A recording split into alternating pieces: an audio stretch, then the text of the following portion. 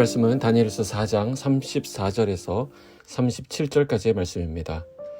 그 기한이 참에 나 느부갓네살이 하늘을 우러러 보았더니 내 총명이 다시 내게로 돌아온지라. 이에 내가 지극히 높으신 이에게 감사하며 영생하시는 이를 찬양하고 경배하였나니 그 권세는 영원한 권세요 그 나라는 대대에 이르리로다.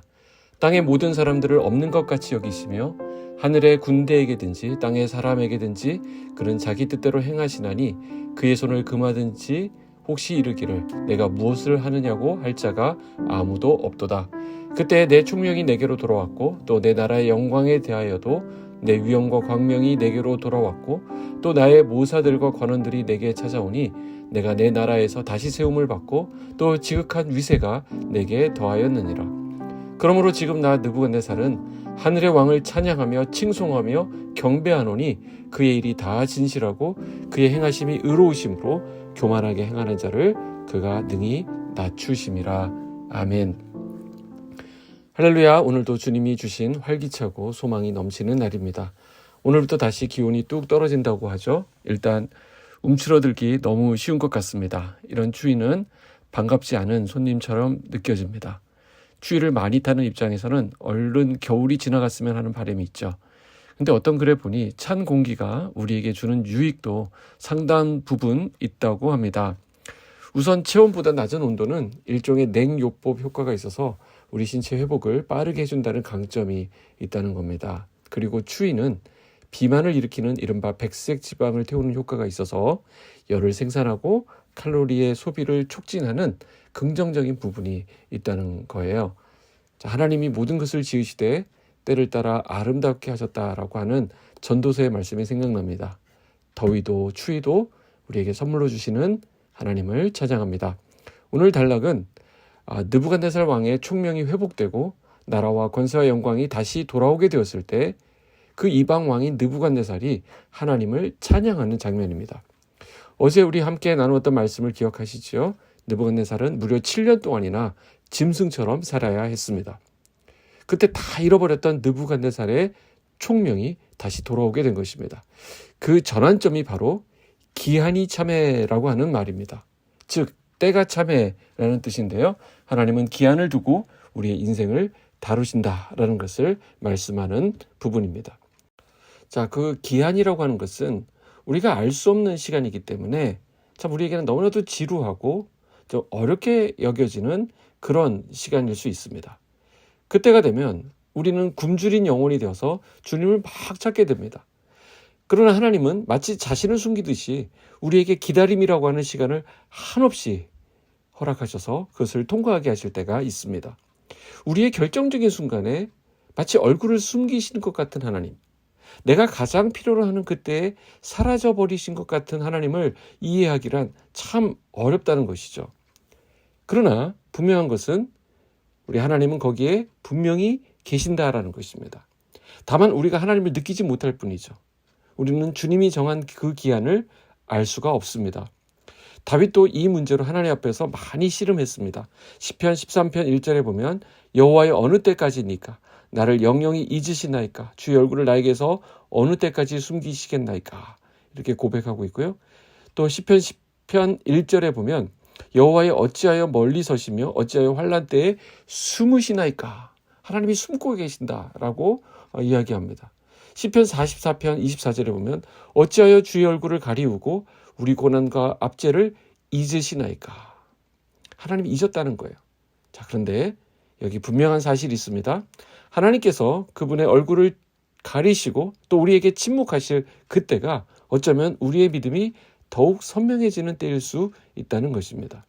하나님께서 다시 자신을 드러내실 때 우리는 비로소 나를 향하신 하나님의 계획과 섭리를 깨닫게 됩니다.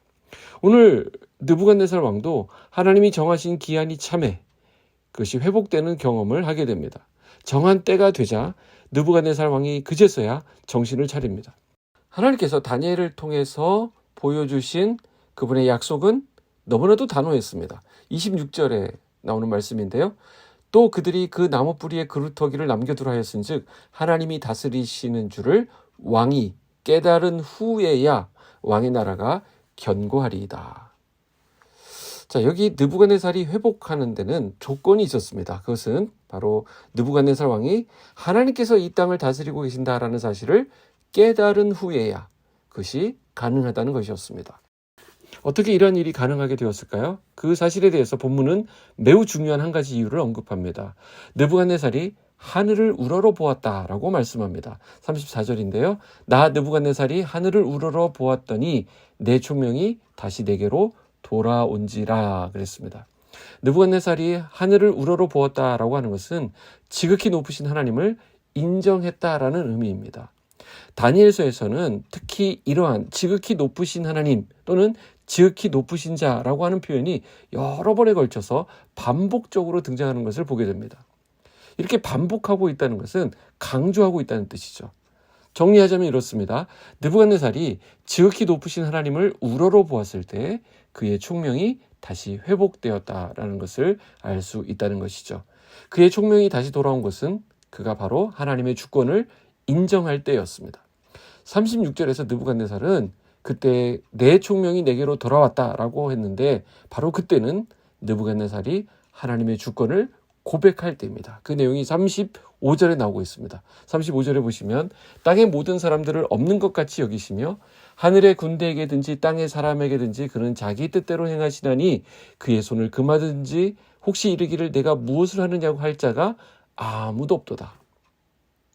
하나님이 어떤 분이신지를 정확하게 고백하고 있습니다. 앞서도 살펴보았지만 지극히 높으신 하나님은 사람의 나라를 다스리고 계시며 그것을 자기 뜻대로 누구에게든지 주실 수 있는 분이라는 것입니다. 그래서 세상 가운데서 아무리 천대받고 멸시받고 있는 그런 하찮은 존재라 하더라도 얼마든지 그를 통치자의 반열에 세우실 수 있는 분이 바로 우리 하나님이시다라는 것입니다. 자, 그런데 우리는 하나님의 때를 알 수 없습니다. 그러나 오늘 말씀을 통해 적어도 그 기한이 언제까지인지를 가늠할 수 있는 아주 귀한 교훈을 얻게 됩니다. 그것이 무엇입니까? 바로 우리가 하나님을 인정하는 것입니다. 우리가 하나님의 주되심을 인정하고 그분을 높일 때 하나님은 그때까지 기다리셨다가 우리를 높여주신다라는 것이죠. 이것이 인정되지 않고 여전히 내가 그 자리를 차지하려고 하면, 여전히 내가 왕노릇하라고 하면 주님은 말씀하십니다. 너 아직 멀었다라고 하신다는 것이죠. 오늘 저와 여러분의 삶의 모든 영역에서 이처럼 주님을 인정하는 은혜가 있기를 소원합니다. 그것이 진정한 복이 되기 때문입니다. 기도하겠습니다. 하나님 아버지 감사합니다. 오늘 이 아침 귀한 주님의 말씀으로 우리를 일깨워 주셔서 감사합니다. 오늘도 주님의 크신 뜻과 계획대로 세상을 다스리시고 섭리하시는 하나님을 찬양합니다. 더디게 이루어지는 것 같고 내 시간표대로 변화되지 않는 것 같다고 불평하던 우리의 모습을 돌아봅니다. 하나님의 정한 때 그 기한이 이르기까지 우리를 다루시고 연단하시는 주님의 주권을 의지하게 하시고 우리 삶의 모든 영역에서 주님을 인정할 수 있도록 우리를 온전히 붙잡아 주시옵소서. 오래도록 풀리지 않는 문제가 풀리게 하시고 포기하고 있었던 길이 열리는 은혜를 오늘 경험하게 하여 주시옵소서. 예수님의 이름으로 기도하옵나이다. 아멘.